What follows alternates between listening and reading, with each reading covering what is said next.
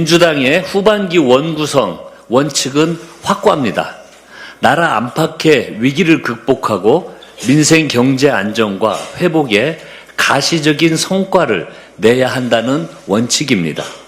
과연 누가 이 원칙을 지킬 수 있겠습니까? 여야의 지난 2년간 행적을 돌이켜보면 결론은 자명합니다. 내란 숙의 윤석열의 거부권 남발은 굳이 거론할 가치조차 없습니다. 국민의힘은 전반기 주요 경제 관련 상임위원장을 맡고도 민생 법안 처리에 협조하지 않았습니다. 이재명 정부 출범 이후에도 반대를 위한 반대와 맹목적인 국정 발목 잡기로 민생의 골든타임을 탕진했습니다. 억지와 궤변의 엉터리 필리버스터만 도대체 몇 번이었습니까? 민주당은 전반기 국회에서 내란 숙의 파면과 내란 일당 심판, 민생 예산과 민생 입법을 통한 민생 회복, 수사와 기소 분리 검찰개혁 완수와 사법개혁 3법 관철 등 국민 여러분이 인정하시는 많은 성과를 올렸습니다. 이는 민주당이 법사위원장을 맡았기 때문에 가능한 일이었습니다. 후반기 국회에선 민생과 개혁을 위해 할 일이 더 많습니다. 이재명 정부 2년차 안정적인 국정 운영과 민생 회복을 위해선 책임 있는 여당이 법사위를 계속 맡아야 합니다. 중동 위기를 새로운 기회로 만드는 민생경제 입법을 위해 정부와 일사불란하게 움직일 민주당이 맡아야 합니다. 민주당은 법사위 문제로 더 이상 시간을 허비할 생각이 없습니다. 의석수대로 상임위를 배분하든 민주당이 모든 상임위원장을 책임지고 맡든 결단을 내리겠습니다.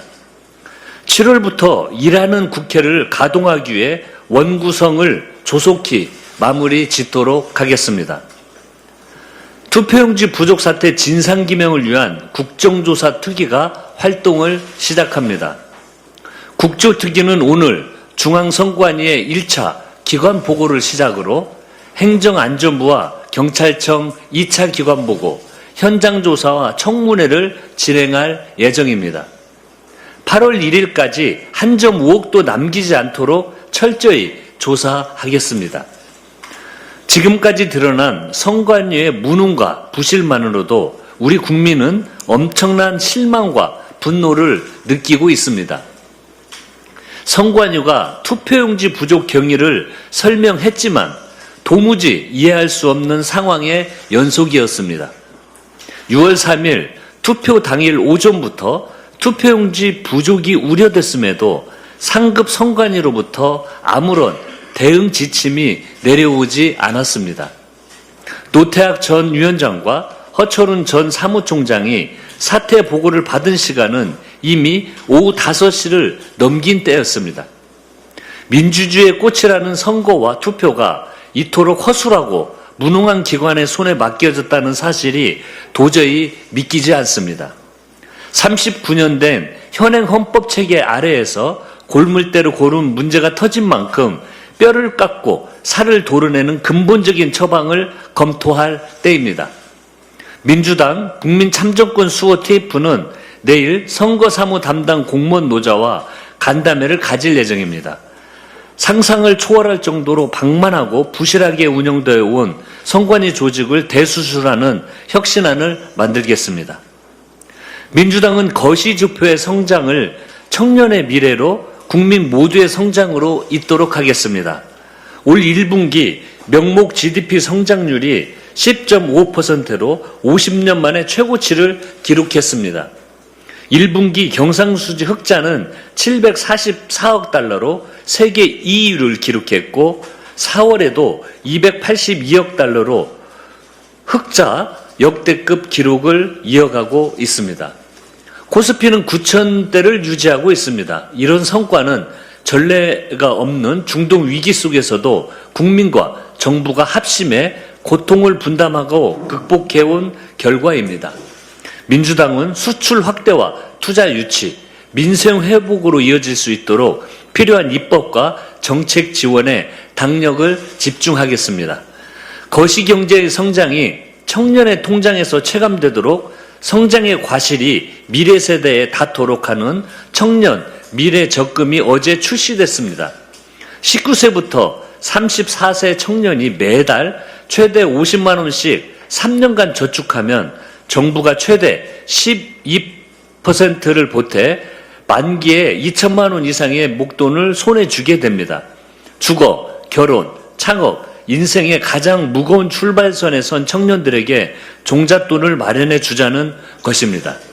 민주당은 청년 미래 적금이 차질 없이 안착하고 더 많은 청년이 사각지대 없이 혜택을 누리도록 입법 지원에 힘을 보태겠습니다.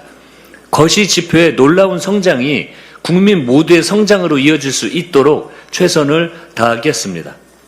사법부가 12.3 내란의 실체를 다시 한번 확인했습니다. 서울중앙지법은 박성재 전 법무부 장관에게 내란 중요 임무 종사 혐의로 징역 25년을 선고하고 법정 구속했습니다. 법을 수호해야 할 법무부 장관이 헌법을 짓밟는 내란에 가담했습니다. 국민의 기본권을 지키라고 맡긴 바로 그 자리에서 그는 국회를 무력화하려는 내란의 한 축이 되었습니다. 주목할 것은 재판부가 검찰 20년보다 무거운 25년형을 선고했다는 사실입니다. 내란의 죄질이 그만큼 무겁다는 뜻입니다. 12.3 비상계엄은 통치행위가 아닌 국헌 문란을 목적으로 한 명백한 헌법 파괴 범죄였음을 법원이 분명히 했습니다. 이로써 내란에 가담한 국무위원들에 대한 1심 판단이 마무리됐습니다. 그 결론은 한결같았습니다. 12.3은 내란이었고 가담자들은 그 책임을 끝까지 져야 한다는 것입니다. 무너진 헌정 질서를 바로 세우는 일, 그것이 국민이 민주당에 내린 명령입니다. 흔들림 없이 진상규명과 책임자 처벌에 나서겠습니다. 이상입니다. 예, 다음은 천준호 원내 운영수석 부대표의 발언이 있겠습니다. 국회는 국회법을 지켜야 합니다. 그리고 일을 해야 합니다. 국민의힘은 즉시 원구성 절차에 협조하십시오. 어제 국회의장께서 양당의 상임위 명단 제출을 요청했습니다. 민주당은 24일 정오 전 명단을 차질 없이 제출하겠습니다. 국회를 정상적으로 가동하기 위한 절차입니다. 원구성 협상이 이달 내에 마무리되지 않으면 국회는 9월 정기의 개원까지 사실상 개점 휴업 상태가 됩니다. 1년 중 무려 1분기에 달하는 기간을 상임위도 없이 휴업하게 되는 셈입니다. 국민 누구도 이처럼 명분 없는 국회의 근무 태만에 동의하지 않으실 겁니다. 그런데 국민의힘은 원구성 협상의 발목을 잡으며 버티고 있습니다. 그러면서 민주당의 일방적이라는 프레임을 씌우려고 합니다. 이는 사실과 다릅니다. 원구성 협상에 대한 여야의 공감대 형성 과정은 이미 진작 시작되었습니다. 민주당은 지난 전반기 의장 임기가 종료될 무렵부터 후반기 의장을 국회법대로 5월 26일까지 선출해야 한다는 입장으로 야당과 협의해 왔습니다. 다만 지방선거 일정을 고려해 의장 선출 본회의를 6월 5일로 합의했던 것입니다. 그 직후 국민의힘 원내 지도부가 재구성되는 시기였습니다. 이를 배려하여 일정 기간을 두고 6월 셋째 주까지는 후반기 원 구성을 마무리한다는 것이 22대 국회 전반기를 마감하며 여야 간에 형성되어 온 공감대였습니다. 그렇게 볼 때 이미 원 구성은 상당히 지연된 것입니다. 이러한 맥락을 지운 채 일방적이라고 하는 것은 왜곡이고 발목 잡기입니다. 진짜 일방적인 것은 국민의힘의 법사위원장직 요구입니다. 이것이 가능한 조건입니까? 이재명 정부 지난 1년간 국민의힘의 행태가 어땠습니까? 상임위에서 여야 합의로 통과시킨 법안도 국민의힘 법사위원 몇몇이 반대했습니다. 그리고는 법사위 반대를 이유로 본회의 상정을 막았습니다. 심지어 무쟁점 민생 법안까지 일괄 필리버스터를 걸기도 했습니다. 법사위원장을 달라는 것은 대놓고 국정을 전면 마비시키겠다는 것입니다. 결코 수용할 수 없는 요구입니다. 수용 불가능한 요구를 내걸고 버티는 것이 협상은 아닙니다. 발목 잡기일 뿐입니다. 이제 국회법에 정한 절차와 일정대로 갈 수밖에 없습니다. 더 이상 관행이라는 이유로 국회의 근무 태만을 방치해서는 안 될 것입니다. 민당은 금주 내에 원 구성이 마무리될 수 있도록 계속 노력하겠습니다. 이화영 재판에서 정치검찰의 조작 기소가 박성재 재판에서 내란 범죄가 다시 인정됐습니다. 국민의힘은 아전 인수 중단하고 윤석열 정권의 과오를 통렬히 반성하십시오. 이화영 전 부지사 재판에서 국민의힘과 정치검찰의 주장은 대부분 기각되었습니다. 먼저 대북 지원 관련 혐의에 대해서는 재판부가 직권으로 공소 기각 판결했습니다. 정치검찰이 공소권을 남용해 기소했다는 사실이 명백히 인정된 것입니다. 이재명 대통령을 엮기 위해 꾸며낸 소위 쪼개기 후원 혐의는 또 어떻습니까? 배심원 만장일치로 무죄 판결됐습니다. 이론의 여지 없이 무리한 기소였다는 뜻입니다. 반면 연어술파티 증언에 대한 판결에선 배심원단의 의견이 팽팽했습니다. 2심에서는 술파티 관련 증언과 거짓말 탐지기 결과 등이 반드시 반영될 여지가 큽니다. 그런데도 국민의힘과 정치검찰은 이 부분만 앞세워 떳떳한 척하고 있습니다. 참으로 볼썽사납습니다. 진정성 있는 사과와 반성, 이것이 먼저 아닙니까? 어제 있었던 박성재 판결에 대해서도 마찬가지입니다. 내란에 가담한 윤석열 정권의 법무부 장관이 법정 구속됐습니다.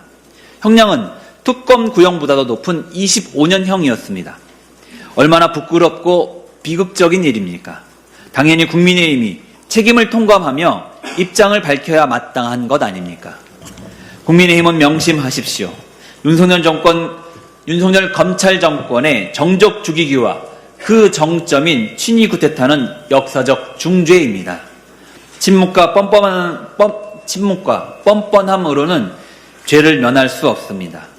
윤석열 정권의 과오에 책임지고 국민 앞에 사죄하기를 강력히 촉구합니다. 네, 이어서 김한규 원내 정책수석 부대표의 발언이 있겠습니다.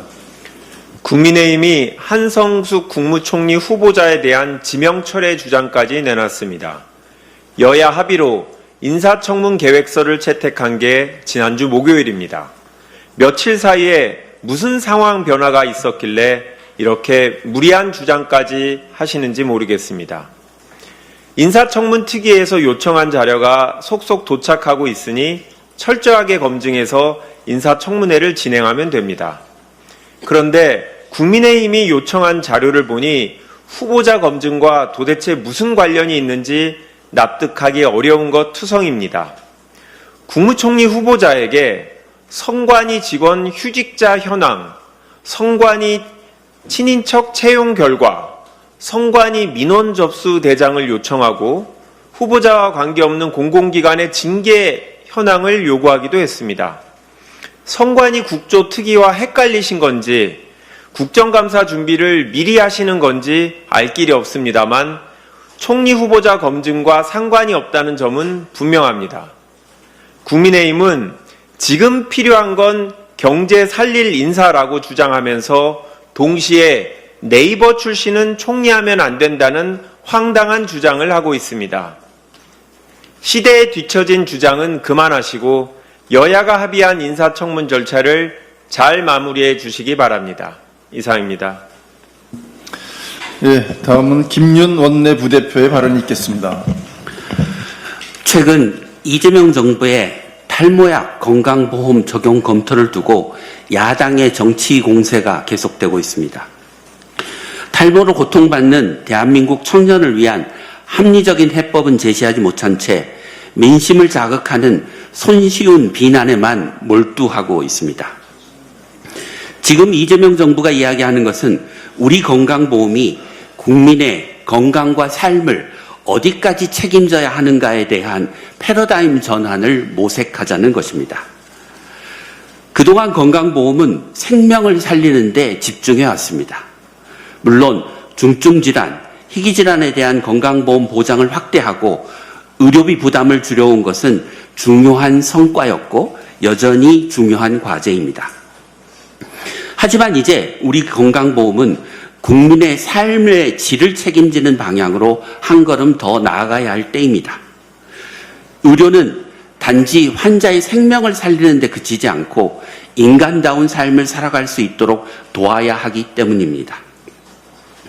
그간 삶의 질에 큰 영향을 미치지만 생명과 직결되지 않는다는 이유로 건강보험에서 소외된 영역이 적지 않았습니다.